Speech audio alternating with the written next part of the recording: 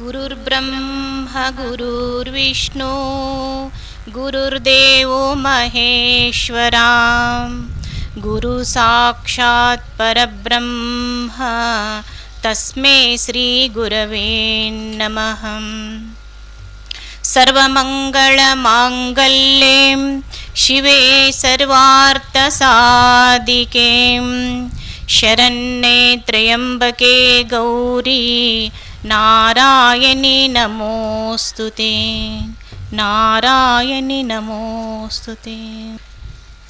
ಸದ್ಗುರುಗಳನ್ನು ಎನ್ನ ಹೃದಯ ಮಂದಿರದಲ್ಲಿ ಧ್ಯಾನಿಸಿ ಸರ್ವ ಕಾರ್ಯಕ್ಕೂ ಕಾರಣೀಭೂತರಾಗಿರ್ತಕ್ಕಂಥ ಸಾತಿಲ್ಗಾಂವ್ ಜಿಗ್ಜಿನ್ನಿಗಿ ಕ್ಷೇತ್ರದ ಒಡೆಯನಾಗಿರ್ತಕ್ಕಂಥ ಪುಣ್ಯ ಪುರುಷನಾಗಿರ್ತಕ್ಕಂಥ ಸದಾಶಿವ ಶಿವಯೋಗಿ ಸಿದ್ದರಾಮೇಶ್ವರರ ಪಾದ ಪದ್ಮಗಳಿಗೆ ಭಕ್ತಿಪೂರ್ವಕ ನಮಸ್ಕಾರಗಳನ್ನು ಸಲ್ಲಿಸಿ, ಈ ಕ್ಷೇತ್ರದ ಅಧಿಪತಿಗಳಾದ ಗುರುಗಳ ಪಾದಕ್ಕೂ ಭಕ್ತಿಪೂರ್ವಕ ನಮಸ್ಕಾರಗಳನ್ನು ಸಲ್ಲಿಸಿ, ಇಲ್ಲಿಯವರೆಗೆ ಪ್ರತಿದಿನ ದಿನಾಲು ಪ್ರಾತಃ ಕಾಲದಲ್ಲಿ ಯಜ್ಞ ಹೋಮಗಳನ್ನು ಭಕ್ತಿಪೂರ್ವಕ ವಿಜೃಂಭಣೆಯಿಂದ ವೈಭವದಿಂದ ಮಾಡಿಕೊಂಡು ಬಂದಿರತಕ್ಕಂಥ ಮತ್ತು ಸಾಯಂಕಾಲ ಸತ್ಸಂಗವನ್ನು ನಡೆಸಿಕೊಂಡು ಬಂದಿರತಕ್ಕಂಥ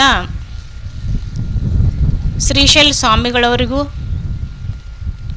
ಮಹಾದೇವ ಸ್ವಾಮಿಗಳವರಿಗೂ, ದಯಾನಂದ ಶರಣರಿಗೂ ವಂದನೆಗಳನ್ನು ತಿಳಿಸುತ್ತಾ, ಈ ಒಂದು ಸುಮಂಗಲಿಯರಿಗೆ ಉಡಿ ತುಂಬೋ ಕಾರ್ಯಕ್ರಮಕ್ಕೆ ತಾವೆಲ್ಲರೂ ಆಗಮಿಸಿದ್ದೀರಿ. ಈ ಒಂದು ಕಾರ್ಯಕ್ರಮಕ್ಕೆ ಆಗಮಿಸಿರ್ತಕ್ಕಂಥ ಸರ್ವ ಶಿವಶರಣರಿಗೆ ಶರಣಾರ್ಥಿಗಳು. ಸುಪ್ರಭಾತ ಸಮಯದಲ್ಲಿ ಆರ್ತಿಯಲ್ಲಿ ಲಿಂಗವ ನೆನೆದಡೆ. ಸುಪ್ರಭಾತ ಸಮಯದಲ್ಲಿ ಆರ್ತಿಯಲ್ಲಿ ಲಿಂಗವ ನೆನೆದಡೆ ತಪ್ಪುವ ಅಪಮೃತ್ಯು ಕಾಲ ಕರ್ಮಂಗಳಯ್ಯ. ದೇವ ಪೂಜೆಯ ಮಾಟ ದುರಿತ ಬಂಧನ ದೋಟ ಶಂಭು ನಿಮ್ಮಯ ನೋಟ ಹರೇ ಹಿಂಗದ ಕನ್ಬೇಟ. ಸದಾ ಸನ್ನಿಹಿತನಾಗಿ ಶರಣೆಂಬುದು ನಂಬುವುದು ಜಂಗಮಾರ್ಚನೆಯ ಮಾಟ ಕೂಡಲ ಸಂಗಮ ದೇವನ ಕೂಡುವ ಕೂಟ. ಬಸವಣ್ಣನವರು ತಮ್ಮ ವಚನದೊಳಗೆ ಹೇಳ್ತಾರೆ ಏನಪ್ಪ ಅಂತಂದ್ರೆ, ಭಗವಂತನ ಧ್ಯಾನ ಭಕ್ತಿ ಅವನ ಪೂಜೆಯಿಂದ ಮುಕ್ತನಾಗತಕ್ಕಂಥ ಒಂದು ಇಲ್ಲಿ ವಿಷಯವನ್ನು ಹೇಳ್ತಾರೆ. ಇಲ್ಲಿಯವರೆಗೂ ಭಾಳ ವಿಜೃಂಭಣೆಯಿಂದ ಯಾಗ ಯಜ್ಞಗಳನ್ನು ಮಾಡ್ತಾ ಬಂದರು. ಯಾಕಂತಂದ್ರೆ ಅದರದ ಮಹಿಮೆ ಅನಂತವಾಗಿರ್ತಕ್ಕಂಥದ್ದು, ಅಪಾರವಾಗಿರ್ತಕ್ಕಂಥದ್ದು ಯಜ್ಞ ಪೂಜೆ. ಯಾಕಂತಂದ್ರೆ ನಾವು ದಿನಾಲೂ ನೀರು ಕುಡಿತೀವ, ನಮಗೆ ಕುಡಿಯಲು ನೀರು ಬೇಕಾಗ್ತತಿ, ಉಸಿರಾಡಲು ಗಾಳಿ ಬೇಕಾಗ್ತತಿ, ನಾವು ನೆಲೆಸಲು ಮನೆ ಬೇಕಾಗ್ತತಿ, ವಾಸ್ತವ್ಯ ಬೇಕಾಗ್ತತಿ. ಈ ಎಲ್ಲ ಪಂಚ ಮಹಾಭೂತಗಳು ಎಲ್ಲ ನಮ್ಗೆ ಎಲ್ಲ ಈ ಒಂದು ನಿಸರ್ಗದಿಂದ ಎಲ್ಲವನ್ನೂ ನಮಗೆ ಪಡಿಬೇಕಾತಂದ್ರೆ ನಾವು ಏನು ಮಾಡಬೇಕಾಕಂದ್ರೆ ಅವ್ಯಕ್ತವಾಗಿ ಆ ಭಗವಂತನನ್ನು ಭಕ್ತಿ ಪ್ರಾರ್ಥನೆ ಪೂಜೆಯನ್ನು ಮಾಡಬೇಕಾಗ್ತದೆ.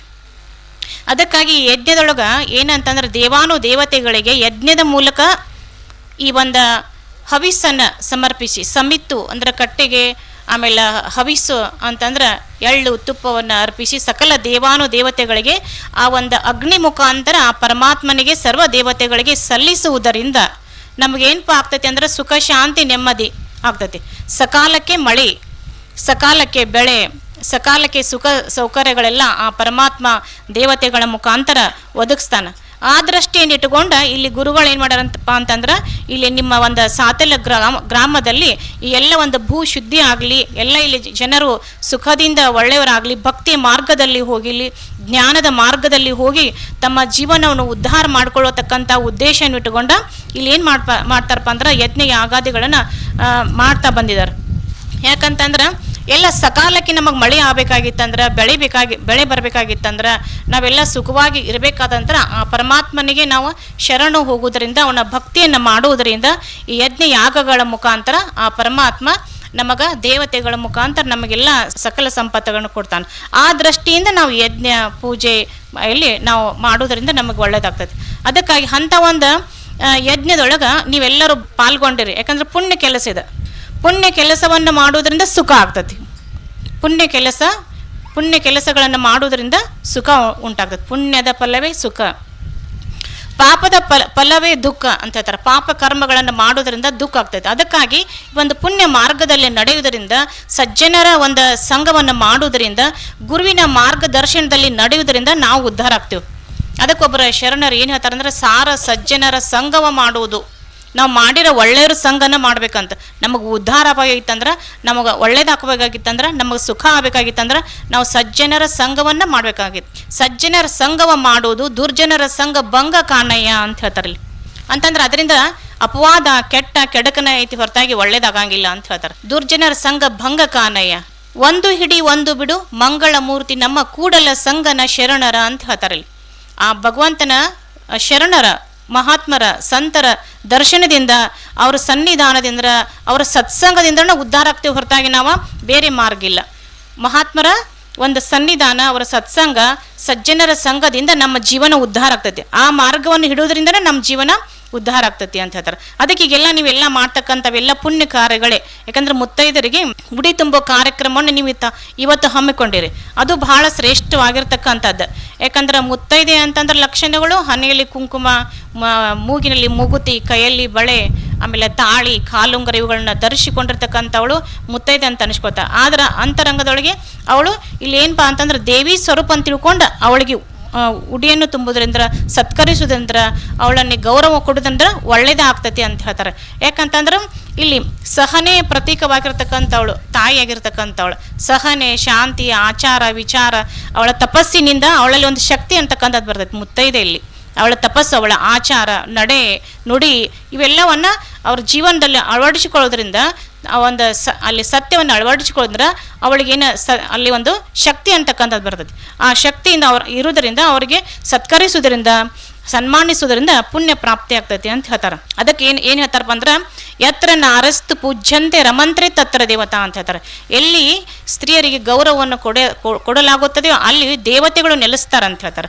ಅದಕ್ಕಾಗಿ ಆ ರೀತಿಯಾಗಿ ಎಲ್ಲ ಹೆಣ್ಣು ಮಕ್ಕಳು ಕೂಡ ಅದೇ ರೀತಿಯಾಗಿ ನಡೆದದ್ದೇ ಆದರೆ ಅವರ ಶಕ್ತಿ ಅಂತಕ್ಕಂಥದ್ದು, ತಪಸ್ಸಿನ ಶಕ್ತಿ, ಪಾವಿತ್ರತೆ ಅಂತಕ್ಕಂಥ ಹೆಚ್ಚಾಗೋದರಿಂದ ಅವರಲ್ಲಿ ಅಂತಕ್ಕಂಥ ಒಂದು ಶಕ್ತಿ ಹೆಚ್ಚಾಗ್ತತಿ, ಅದು ಒಳ್ಳೇದಾಗ್ತತಿ ಅಂತ ಹೇಳ್ತಾರೆ. ಇದೊಂದು ಮಾಘ ಮಾಸ ಬಹಳ ಶ್ರೇಷ್ಠವಾಗಿರ್ತಕ್ಕಂಥದ್ದು.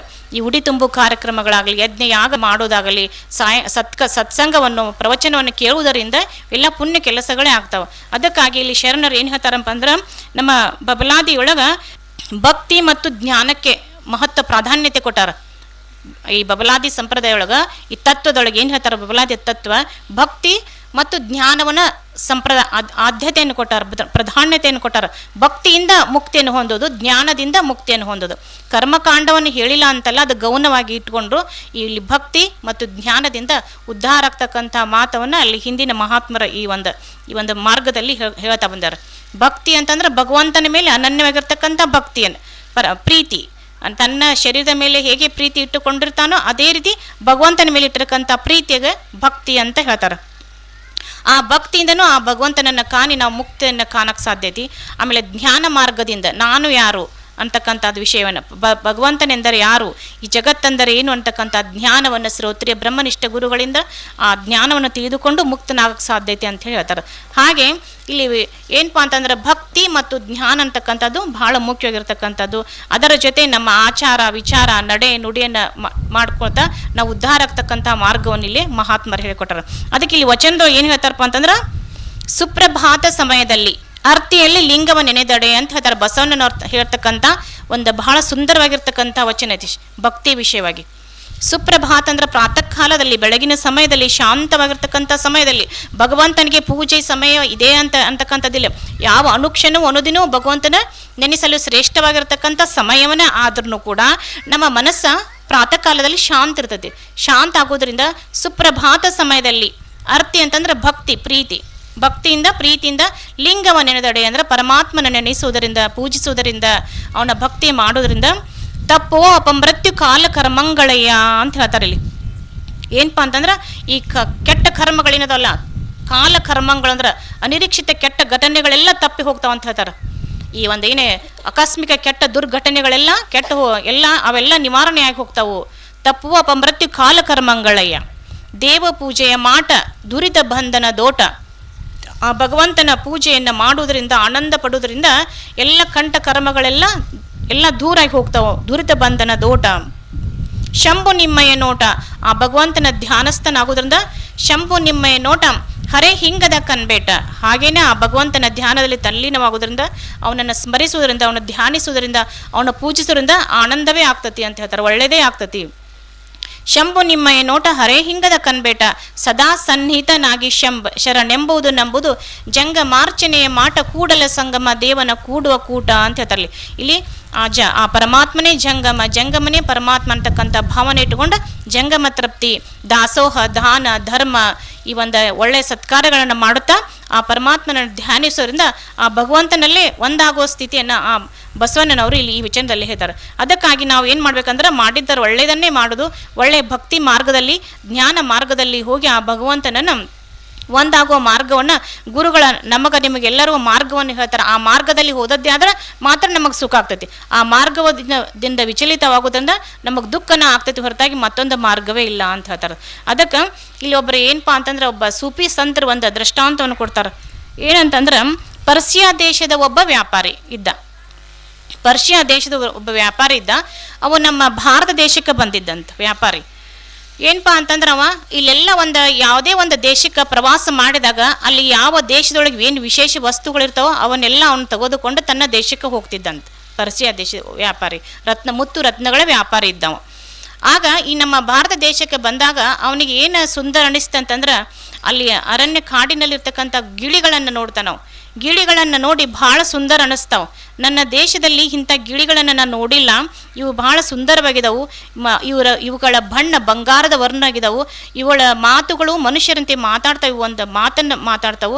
ಇಂಥ ವಿಶೇಷವಾಗಿರ್ತಕ್ಕಂಥ ಗಿಳಿಗಳನ್ನು ನನ್ನ ದೇಶಕ್ಕೆ ಒಯ್ಯಬೇಕು ಅಂಥೇಳಿ ಆ ವ್ಯಾಪಾರಿ, ಮುತ್ತು ರತ್ನಗಳ ವ್ಯಾಪಾರಿ ಹಡಗಿನಲ್ಲಿ ಬಂದು ವ್ಯಾಪಾರ ಮಾಡ್ತಿರ್ತಾನು ಸಮುದ್ರದ ಮುಖಾಂತರ. ಆ ರೀತಿ ಆ ಪಕ್ಷಿಗಳನ್ನ ನೋಡಿ ಅವನಿಗೆ ಅವನು ಒಯ್ಬೇಕಂಥೇಳಿ ಮನಸ್ಸಿಗೆ ಆಸೆ ಆಗ್ತತಿ. ಇವನು ಗಿಳಿಗಳನ್ನು ಒಯ್ತಾನೆ, ಒಂದು ಗಿಳಿಯನ್ನು ಒಯ್ತಾನೆ ತನ್ನ ದೇಶಕ್ಕೆ.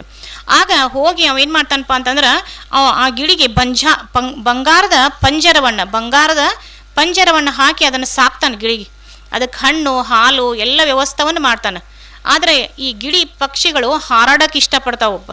ಬಂಧನದೊಳಗೆ ಇಟ್ಟುಕೊಂಡು ಅವಕ್ಕೆ ಏನನ್ನು ತಿನ್ನಿಸಿದ್ರು ಕೂಡ ಅವಕ್ಕೆ ಸಂತೃಪ್ತಿ ಅಂತಕ್ಕಂಥದ್ದು ಆಗೋದಿಲ್ಲ. ಬಂಗಾರದ ಒಂದು ಪಂಜರದಲ್ಲಿ ಇಟ್ಟರು ಕೂಡ ಅವಕ್ಕೆ ಸಂತೋಷ ಆಗಂಗಿಲ್ಲ. ಯಾವಾಗ ನಾ ಈ ಬಂಧನದಿಂದ ಮುಕ್ತನಾಗಲಿ, ಹಾರಾಡಲಿ, ಸ್ವಚ್ಛಂದವಾಗಿ ಮುಗಿಲಿನಲ್ಲಿ ಹಾರಾಡಿ ಸಂತೋಷ ಪಡಲಿ ಅಂತಕ್ಕದ್ದನ್ನು ಆಸೆ ಪಡ್ತಾವೆ ಗಿಳಿಗಳು. ಹಾಗೆ ಇವೇನು ಮಾಡ್ತಂತಾರೆ, ಆ ಒಂದು ಬಂಗಾರದಲ್ಲಿ ಪಂಜರದಲ್ಲಿ ಇಡ್ತಾನ. ಅದಕ್ಕೆ ಏನು ಬೇಕಾಗ್ತೈತೆ ಎಲ್ಲ ಸಮಯಕ್ಕೆ ಸರಿಯಾಗಿಲ್ಲ, ಅದಕ್ಕೆ ಹಣ್ಣು ಹಾಲು ಎಲ್ಲವನ್ನ ತಿನ್ನಿಸಿ ಬಹಳ ಪ್ರೀತಿಯಿಂದ ಅದನ್ನು ನೋಡ್ಕೊಳ್ತಿರ್ತಾನೆ. ಆಗ ಒಂದ್ಸಲ ಅವ ಏನು ಮಾಡ್ತಾನಂತಂದ್ರೆ, ಮತ್ತೆ ಭಾರತ ದೇಶಕ್ಕೆ ಬರುವ ಪ್ರಸಂಗ ಬರ್ತದೆ. ಆಗ ಆ ಗಿಳಿಗೆ ಮಾತಾಡ್ತಾನೆ. ಯಾಕಂದ್ರೆ ಆ ಗಿಳಿಗಳು ಮನುಷ್ಯರಂತೆ ಮಾತಾಡ್ತಿದ್ವು ಅಂತ ಗಿಳಿ. ಆಗ ಹೇಳ್ತಾನ, ನಾನು ನಿನ್ನ ಊರಿಗೆ, ನಿನ್ನ ತಾಯಿಯ ತಂದೆಯ ಇರ್ತಕ್ಕಂಥ ಅಲ್ಲಿನ ಊರಿಗೆ ಹೋಗ್ತಾನೆ ಭಾರತ ದೇಶಕ್ಕೆ. ಮತ್ತು ನೀನು ಅವರಿಗೆ ಏನಾದರೂ ಸಂದೇಶವನ್ನು ಹೇಳೋದಿತ್ತಂದ್ರೆ ಹೇಳು ಅಂಥೇಳಿ ಆ ಪಕ್ಷಿಗಳಿಗೆ ಕೇಳ್ಕೊಳ್ತಾನ ಮುತ್ತು ರತ್ನದ ವ್ಯಾಪಾರಿ.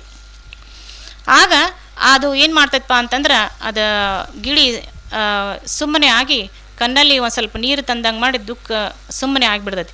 ಆಗ ಹೋಗಿ ಬರ್ತಾನಂತ ಹೇಳಿ ಬಂದ ಭಾರತ ದೇಶಕ್ಕೆ ಬರ್ತಾನೋ. ಬಂದ ಗಿಳಿಯನ್ನು ಯಾವ ಒಂದು ಸ್ಥಾನದಿಂದ ಓದಿದ್ದನೋ, ಯಾವ ಗಿಡದಿಂದ ಯಾವ ಒಂದು ಅರಣ್ಯದೊಳಗೆ ಓದಿದ್ದಿಲ್ಲ, ಅದೇ ಒಂದು ಹುಡುಕುವಂತ ಅದನ್ನು ಬಂದು ಅಲ್ಲಿ ನೋಡ್ತಾನೆ. ಅಲ್ಲಿ ಒಂದೆರಡು ಗಿಳಿಗಳಿರ್ತಾವೆ, ಅದರ ತಂದೆ ತಾಯಿಗಳು.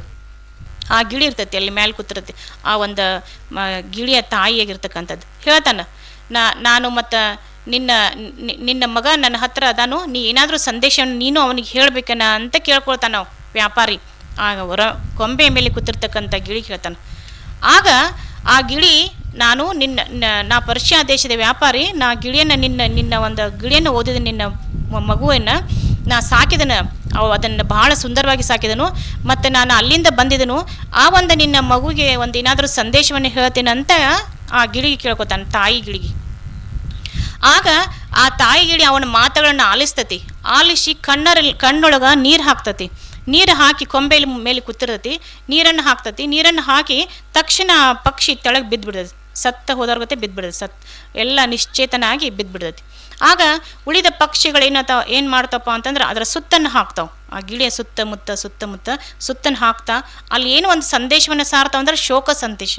ಅದು ಸತ್ತು ಹೋಯಿತು, ಅದಕ್ಕಾಗಿ ಆ ಸಂದೇಶವನ್ನು ಸಾರಿದ ಹಾಗೆ ನಟನೆಯನ್ನು ಆ ರೀತಿಯಾಗಿ ಮಾಡ್ತೈತೆ ಅದು ಗಿಳಿ. ಆಗ ಇವಂತಾನು ಆ ಒಂದು ಮಗನನ್ನ ಸುದ್ದಿಯನ್ನು ಕೇಳಿ ಇದಕ್ಕೆ ದುಃಖನ ತಡೆಯಲಾರದೆ ಈ ಗಿಳಿ ಅದು ಸತ್ತನ ಹೋಯ್ತಲ್ಲ ಪಾಪ ಅಂಥೇಳಿ ಅದನ್ನು ತಿಳ್ಕೊಂಡ ಆಮೇಲೆ ನೋಡಿ ಮತ್ತೆ ತನ್ನ ಮನೆಗೆ ಬರ್ತಾನೆ. ಬಂದ ತನ್ನ ಮನೆಯಲ್ಲಿ ಸಾಗಿರ್ತಕ್ಕಂಥ ಪಂಜರದಲ್ಲಿರ್ತಕ್ಕಂಥ ಗಿಳಿಗೆ ಆ ಸುದ್ದಿಯನ್ನು ಹೇಳ್ತಾನೆ. ಏನಂತಂದ್ರೆ, ನಿನ್ನ ತಾಯಿ ಹತ್ರ ನಾವು ಹೋಗಿದ್ನೆ, ಅಲ್ಲಿ ನೀನು ಸಂತೋಷವಾಗಿ ಅದಿ, ಆರಾಮಾಗಿ ಅದಿ ಅಂತಕ್ಕಂಥ ಸುದ್ದಿಯನ್ನು ಹೇಳಿನಿ.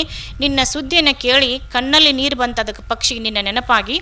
ಆಮೇಲೆ ಅದು ದುಃಖಿಸಿ ತೆಳಗೆ ಬಿದ್ದು ಸತ್ತು ಹೋಯಿತು ಅಂತ ಹೇಳ್ತಾನೆ ಆ ವ್ಯಾಪಾರಿ. ಆ ಪಕ್ಷಿಗೆ ಹೇಳ್ತಾನೆ, ತಾನು ಸಾಕಿರ್ತಕ್ಕಂಥ ಪಕ್ಷಿಗೆ. ಆಗ ಅದು ಕೂಡ ತನ್ನ ಕಣ್ಣೊಳಗೆ ನೀರು ಸುರಿಸಿ ದುಃಖಿಸುವ ಹಾಗೆ ಮಾಡಿ ಅದು ಪಂಜರೊಳಗೆ ಬಿದ್ದ ನಿಶ್ಚೇತನವಾಗಿ ಬಿಟ್ಬಿಡ್ತೈತಿ. ಆಗ ಅವ ತಿಳ್ಕೊತಾನೆ ಎಷ್ಟು ತ್ರಾಸು ಮಾಡ್ಕೊತಿದ್ವು. ಆ ತಾಯಿ ಸತ್ತದ ಸುದ್ದಿಯನ್ನು, ತಾಯಿಯ ಒಂದು ಸಂದೇಶವನ್ನು ಕೇಳ್ಕೊಂಡಿದ್ದಕ್ಕೆ ದುಃಖ ಐತಲ್ಲ, ಸತ್ತ ಹೋಯ್ತಲ್ಲ ಇದು ಪಕ್ಷಿ ಅಂತ ತಿಳ್ಕೊಂಡ ಏನು ಮಾಡೋದು ಅಂತ ತಿಳ್ಕೊಂಡು ಆ ಪಕ್ಷಿಯ ಒಂದು ಪಂಜರದ ಬಾಗಿಲವನ್ನು ತೆಗಿತಾನು. ಆಮೇಲೆ ಆ ಪಕ್ಷಿಯನ್ನು ತೆಗೆದು ಅಲ್ಲಿ ಕಿಟಕಿ ಇರ್ತೈತಲ್ಲಿ, ಅಲ್ಲಿ ಕಿಟಕಿಯಲ್ಲಿ ಇರ್ತಾನೋ. ಆಮೇಲೆ ಅದನ್ನು ಇದನ್ನು ಮಾಡ್ಬೇಕು, ಇನ್ನು ದಹನ ಮಾಡಬೇಕು, ಇನ್ನೇನಾದರೂ ಮಾಡ್ಬೇಕಂತೆ ಹೋಗಿ ಒಂದು ಒಳಗೆ ಬಟ್ಟೆಯನ್ನು ತೊಗೊಂಬಂದು ಇನ್ನು ಸುತ್ತ ಹಾಕ್ಬೇಕು, ಅದರ ಸುತ್ತಿಸಿ ಅದು ಇದನ್ನು ಮಾಡ್ಬೇಕಂತೆ ಕ್ರಿಯೆನ ಅಂತ ತಿಳ್ಕೊಂಡ ಒಳಗೆ ಹೋಗ್ಬಿಡ್ದು. ಆ ಪಕ್ಷಿ ಸತ್ತಿರೋದಿಲ್ಲ, ಅದು ನಿಶ್ಚೇತನವಾಗಿ ಬಿದ್ದುಬಿಟ್ಟಿರ್ತೈತಿ. ಅದು ಕಿಟಕಿಯೊಳಗೆ ಇಟ್ಟಾಗ ತಕ್ಷಣ ಹಾರಿ ಹೋಗ್ಬಿಡ್ತೈತಿ, ಹೊರಗಡೆ ಹಾರಿ ಹೋಗ್ಬಿಡ್ತೈತಿ. ಈ ಕಥೆ ಸಂದೇಶ ಏನಪ್ಪ ಅಂತಂದ್ರೆ, ಅದು ತನ್ನ ತಾಯಿಯ ಸಂದೇಶವನ್ನು ತಿಳ್ಕೊಂತ, ತನ್ನ ತಾಯಿ ಸಂದೇಶ ಏನು ಹೇಳಿತ್ತಂತಂದ್ರೆ, ಆ ಒಂದು ಹಿಂಗೆ ಕಣ್ಣೀರು ಹಾಕಿ ಬಿದ್ದು ಸತ್ತಂಗೆ ಬಿದ್ದಿತ್ತು. ಈ ಥರ ಮಾಡು, ನೀ ಬಂಧನದಿಂದ ಮುಕ್ತಾಗ್ತಿ, ಪಂಜರದಿಂದ ಮುಕ್ತಾಗ್ತಿ, ನೀ ಸತ್ತಿದೆ ಅಂತ ತಿಳ್ಕೊಂಡಂತಕ್ಕಂಥ ಸಂದೇಶವನ್ನು ತಾಯಿ ಪಕ್ಷಿ ತಿಳಿಸಿತು. ಅದೇ ಥರ ಅದು ಮಗು ಪಕ್ಷಿ ಕೂಡ ಗಿಳಿ ಆ ಥರ ಮಾಡಿದಾಗ ಆ ಒಂದು ಪಂಜರದಿಂದ ಬಂಧನದಿಂದ ಮುಕ್ತವಾಗಿ ಹೋಗ್ತು. ಹೇಗೋ ಹಾಗೆ ಸದ್ಗುರುಗಳಾಗಿರ್ತಕ್ಕಂಥವ್ರು, ಮಹಾತ್ಮರು, ಸಂತರು, ಜ್ಞಾನಿಗಳು ಈ ನಮ್ಮನ್ನೆಲ್ಲ ಉದ್ಧಾರ ಮಾಡ್ಬೇಕಂತ ಹೇಳಿ ಆ ಪರಮಾತ್ಮ ಯಾವ ರೂಪದೊಳಗೆ ಬಂದಾನಂದ್ರೆ, ಆ ಭಗವಂತ, ಆ ಪರಮಾತ್ಮ ಸದ್ಗುರುವಿನ ರೂಪದಲ್ಲಿ, ಭಗವಂತ ಮಹಾತ್ಮರ ರೂಪದಲ್ಲಿ, ಜ್ಞಾನಿಗಳ, ಶರಣರ, ಸಂತರ ಮುಖಾಂತರ ಬಂದ ನಮಗೆ ಈ ಭವಬಂಧನದ ಅಂತಕ್ಕಂಥ ಪಂಜರದೊಳಗೆ, ಬಲೆಯೊಳಗೆ ನಾವು ಸಿಲಿಕೊಂಡಿವೀಗ. ಈ ಬಲೆಯಿಂದ ಉದ್ಧಾರ ಆಗ್ಬೇಕಾದ್ರೆ ಯಾವ ಸಂದೇಶವನ್ನು ನಾವು ಅನುಸರಿಸಬೇಕು, ಯಾವ ಮಾರ್ಗವನ್ನು ಅನುಸರಿಸಬೇಕು ಅಂತಕ್ಕಂಥ ಒಂದು ದೃಷ್ಟಾಂತದೊಳಗೆ ಯಾವ ರೀತಿಯಾಗಿ ಆ ಪಕ್ಷಿ ತನ್ನ ಮಗುವಿಗೆ ತಿಳಿಸಿತೋ, ಹಾಗೆ ಇಲ್ಲಿ ಈ ಪರಮಾತ್ಮನೂ ಕೂಡ ನಮ್ಮನ್ನು ಈ ಬಂಧನದಿಂದ ಮುಕ್ತನಾಗಲು ಗುರುವಿನ ಮುಖಾಂತರ ಅವನು ಕೂಡ ಈ ರೀತಿಯಾಗಿ ಸಂದೇಶವನ್ನು ತಿಳಿಸ್ತಾನೆ ಇದ್ದಾನೆ. ಅಂಥ ಒಂದು ಸಂದೇಶವನ್ನು ನಾವು ಅರಿತುಕೊಂಡು, ನಾವು ಉದ್ಧಾರ ಆಗ್ತಕ್ಕಂಥ ಸಂದೇಶವನ್ನು ಮಹಾತ್ಮರ, ಸಂತರಿಂದ ತಿಳಿದುಕೊಂಡು ನಮ್ಮ ಜೀವನವನ್ನು ಉದ್ಧಾರ ಮಾಡಿಕೊಂಡು ಎಲ್ಲರೂ ಭಕ್ತಿ, ಜ್ಞಾನ, ವೈರಾಗ್ಯ ಉಳ್ಳವರಾಗಿ ಈ ಜೀವನದಿಂದ, ಕಷ್ಟದಿಂದ, ಭವಬಂಧನದಿಂದ ಮುಕ್ತನಾಗಿ ಆ ದೇವರು ಎಲ್ಲರಿಗೂ ಪರಮ ಒಂದು ಒಳ್ಳೆಯ ಸುಖ ಶಾಂತಿಯನ್ನು ಕೊಡಲಿ ಅಂತಕ್ಕಂಥ ಮಾತನ್ನು ಬಯಸ್ತಾ ನನ್ನೊಂದೆರಡು ಮಾತುಗಳು ಮುಕ್ತಾಯ.